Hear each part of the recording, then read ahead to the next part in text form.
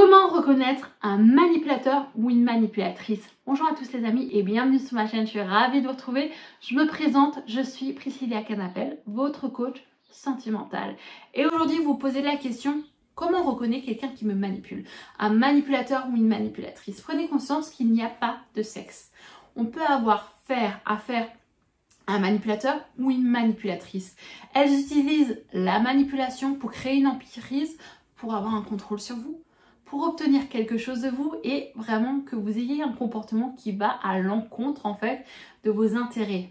C'est-à-dire qu'elle va en fait vous pousser à bout, avoir des comportements jusqu'à ce que en fait elle puisse les utiliser contre vous et vous dire vous êtes une personne toxique, vous êtes une mauvaise personne, une perverse narcissique, un pervers narcissique, un manipulateur, vous n'êtes pas un bon parent, etc.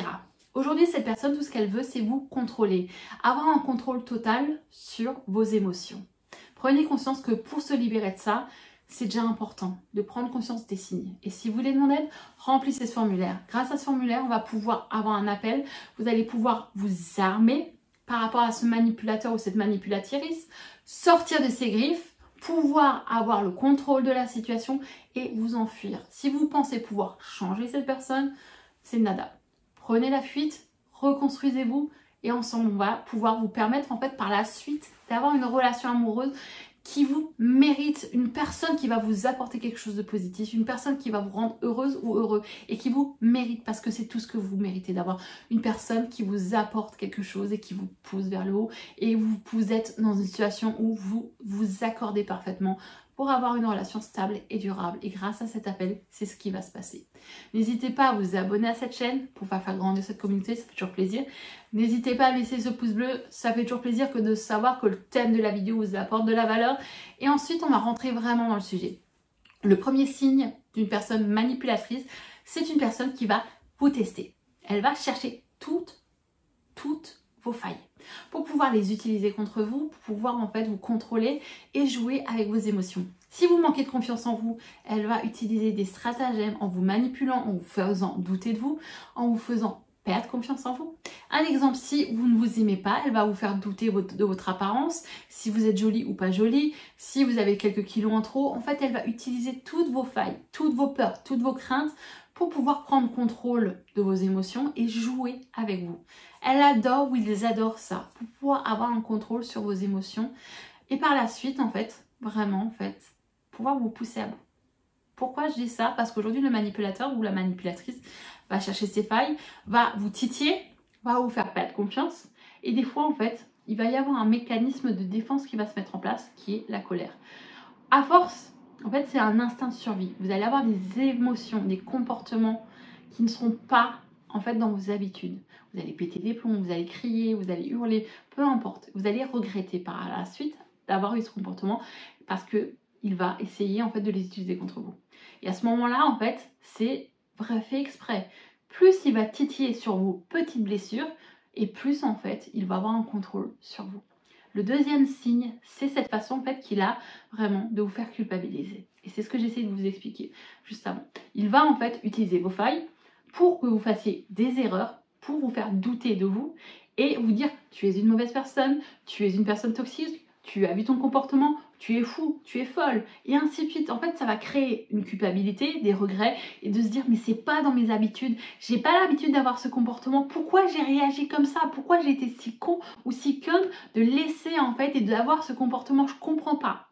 Parce que vous ne comprenez pas pourquoi vous avez eu un impact et une émotion et un comportement si négatif, parce qu'elle vous a poussé à l'avoir. En fait, elle va, comme je l'ai dit au tout début de la vidéo, avoir en fait une emprise sur vous pour vous contrôler, pour que vous ayez un comportement qui ne soit pas en adéquation avec votre intérêt. Et à ce moment-là, en fait, c'est gagnant pour elle parce qu'elle obtient ce qu'elle veut. Elle donne une image d'elle très positive et une image de vous très négative, voire destructeur, voire folle ou fou. Et à ce moment-là, en fait, quand vous allez lui dire, mais tu comprends, tu te rends compte, en fait, tu m'as poussé à bout et à ce moment-là, j'ai réagi comme ça, mais c'est pas de ma faute. Et là, voilà le deuxième signe qui rentre en compte, comme j'ai dit, la culpabilité. Mais non, c'est ta faute, c'est toi qui sais pas gérer tes émotions. T'es bon, c'est pas de ma faute. Et il va y avoir un troisième signe. Ce troisième signe, je vais vous le donner. Mais avant ça, prenez conscience que cette personne joue avec vous.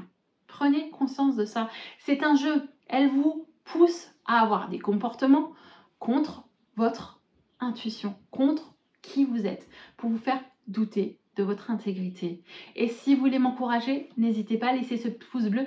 Ça fait toujours plaisir, c'est toujours encourageant de savoir que franchement, la vidéo vous plaît. Le troisième signe, c'est une personne qui va avoir cette façon de se victimiser. Elle a eu un comportement négatif, elle a eu des paroles, des attitudes, c'est pas de sa faute. Vous avez pété un câble, vous avez hurlé, vous avez crié parce qu'elle vous a poussé à bout, parce qu'elle a eu un comportement, parce que ça vous a fait mal, parce que ça vous a fait vriller. C'est pas de sa faute, c'est de la tienne. T'avais qu'à contrôler tes émotions. C'est pas moi, c'est toi la mauvaise personne. Tu es une manipulatrice, tu es un manipulateur. J'essaye en fait de vous faire comprendre que cette personne, quoi que vous fassiez, vous allez pouvoir en fait essayer de vous justifier, essayer de lui faire entendre raison. Elle sera toujours la victime et vous la méchante. Pourquoi en fait je fais des grands gestes? C'est pour vous faire percuter. Cette personne ne changera pas. Cette personne ne se rendra pas compte qu'elle est toxique, qu'elle est manipulatrice. C'est pas la peine de lui faire entendre raison. C'est elle la victime et vous la méchante. Prenez conscience que le seul moyen que vous avez en fait dans cette situation, c'est de partir, de vous protéger. Pour vraiment, en fait, si je le dis, c'est pas pour vous faire du mal, c'est pour que vous preniez conscience en fait qu'il faut vous protéger de cette personne.